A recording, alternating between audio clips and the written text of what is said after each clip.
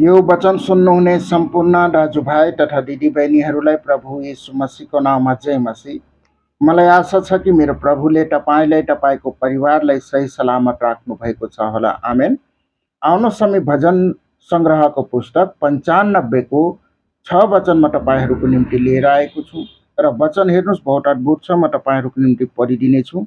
6 मा यसरी लेखेको छ, आओ धन्यवाद गरौँ र निहुरौँ हाम्रा सृष्टिकर्ता परमेश्वरकै सामने घुँडा टेकौँ। आमेन। हेर्नुहोस् त वचन कति अद्भुत छ हैन।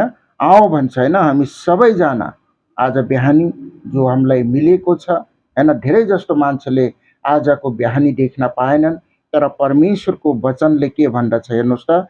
फेरि म पढिदिनेछु। आओ दण्डवत गरौँ, निहुरौँ र हाम्रा सृष्टिकर्ता परमेश्वरकै सामने घुँडा टेकौँ हैन। घुँडा टेकेर परमेश्वरलाई हामी के गर्नुपर्छ? धन्यवाद दिनुपर्छ, किनभने उहाँको दया र उहाँको अनुग्रहले आजका दिन हामी देख्न पाएका छौँ। फेरि पनि म भन्दछु तपाईँ सम्पूर्णलाई, धेरै जस्तो मान्छेले आजका बिहानी देख्न पाएनन् हैन, तर परमेश्वरको दया र अनुग्रहले आज हामी यो दिन देख्न पाएका छौँ। र अगर तपाईँ यो वचन तपाईँलाई ठिक लाग्छ भने लाइक, कमेन्ट, सेयर गर्नुहोस् हैन, र केही न केही आफ्नो सल्लाह सुझाव जरुर दिनुहोला। आमेन। यो वचन सुन्नुहुने सम्पूर्णलाई प्रभु येशू मसीहको नाममा आशिष मिलेको होस्। आमेन। जय मसीह।